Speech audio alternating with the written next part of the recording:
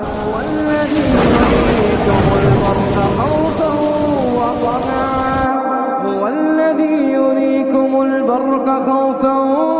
وطمعا وينشئ السحاب الثقال ويسبح الرعد بحمده والملائكة